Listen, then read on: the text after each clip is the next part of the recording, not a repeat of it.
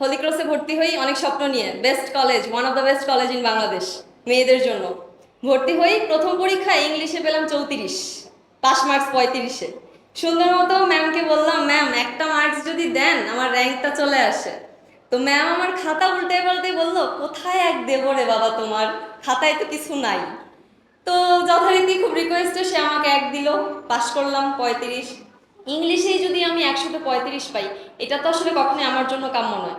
তো তখন ইউটিউবে ঘাটাঘাটি স্ক্রোলিং, হঠাৎ করে মহসিন ভাইয়ের একটা ক্লাস ছিল না ওটা, ওটা একটা মোটিভেশনাল ভিডিও টাইপের ছিল।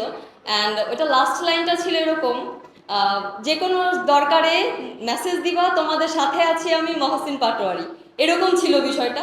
তো সেদিন মনে হলো, আচ্ছা কথাটা যারা এত সুন্দর গুছিয়ে বলে সে পড়াটাও অনেক ভালো পড়াবে।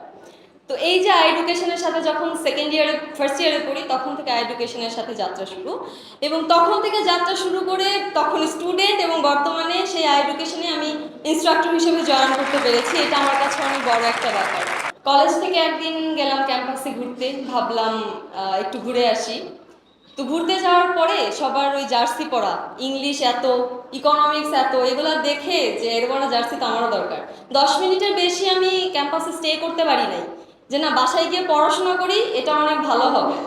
তো সেদিন আমার ফ্রেন্ডরা বলছিল যে তোর সাথে আর যাই হোক আর ঘুরতে আসবো না। তো এখন বলি যাওয়া লাগবে না ভাই, তোমরা এসে আমার নক দিও, ওই ক্যাম্পাসটা এখন আমার, আর ঘুরতে যাওয়া লাগবে না আমার। এডুকেশন আমার কাছে বেস্ট। একঘেয়েমি ক্লাসগুলো, জিকের কথা একটু বলি, জিকের কথাটা না বললে হবে না। কান্না করতাম বসে বসে, মুখ ধুইতাম, কান্না করতাম, আবার পড়তাম জিকেটা।